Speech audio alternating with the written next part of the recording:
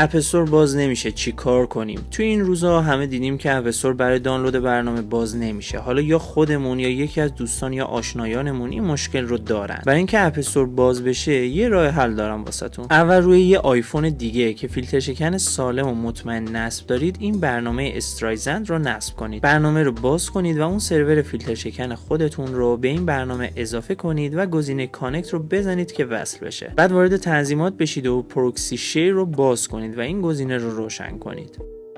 این آی پی و پورتی که پایین نوشته رو نیاز داریم، پس یه جا یادداشتش کنید. حالا اون گوشی که فیلتر شکن نداره رو بردارید و به همون اینترنت وای فایی که اون یکی آیفون هم وصله متصلش کنید. به عبارتی هر دو آیفون باید به یه اینترنت مشترک وصل باشن.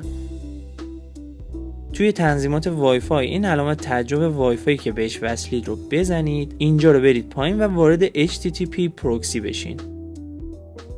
این قسمت رو روی حالت منوال بذارید و توی این کادر پایین همون IP و پورتی که گفتم یادداشت کنید رو تایپ کنید. بعدش هم گزینه سیو رو بزنید و برید اپ استور رو باز کنید. حالا میبینید که اپ استور براتون باز میشه و میتونید سریعا برنامه‌های مهم، فوری و مورد نیازتون رو نصب کنید. مثلا اگه کسی اپ فیلتر شکن روی آیفونش نداره، اینجوری میتونه از اپ استور دانلودش کنه.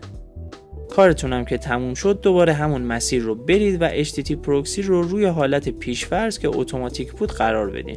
این آموزش رو خیلی الان نیاز دارم براشون بفرستید این پست رو و خودتونم یه جایی سیوش کنید.